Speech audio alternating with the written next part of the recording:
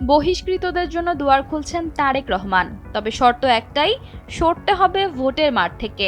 অন্যদিকে বিদ্রোহীদের নিয়ন্ত্রণে আনতে পারলে ভোটের মাঠে অবস্থান আরও শক্ত হবে বিএনপির। ত্যাগী নেতাদের আন্দোলন সংগ্রামের অবদান বিবেচনা করে এখন কঠোর না হয়ে বোঝানোর মাধ্যমে সমাধান খুঁজছে দলটি।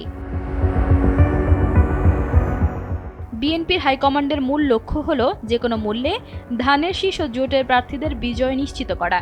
তারা চান না দলের কোনো নেতা অন্য কোনো ব্যানার বা স্বতন্ত্রভাবে নির্বাচনে দাঁড়িয়ে ভোটের সমীকরণ নষ্ট করুক।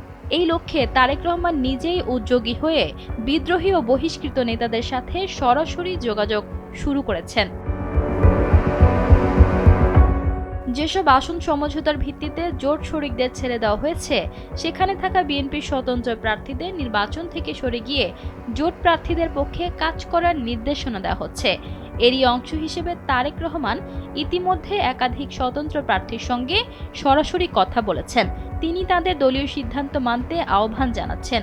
তার আশ্বাস, বিএনপি সরকার গঠন করলে তাদের যথাযথ মূল্যায়ন করা হবে।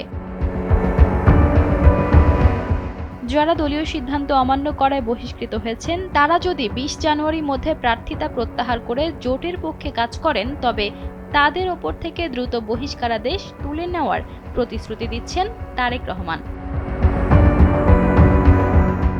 ইতিমধ্যে ব্রাহ্মণবাড়িয়া ৬ আসনের সাবেক সংসদ সদস্য আব্দুল খালেক এবং ব্রাহ্মণবাড়িয়া ১ আসনের সৈয়দ একে একরামুজ্জামানের মতো প্রভাবশালী নেতাদের সঙ্গে কথা বলে তাদের নির্বাচন থেকে সরিয়ে দিতে সক্ষম হয়েছেন তারেক রহমান।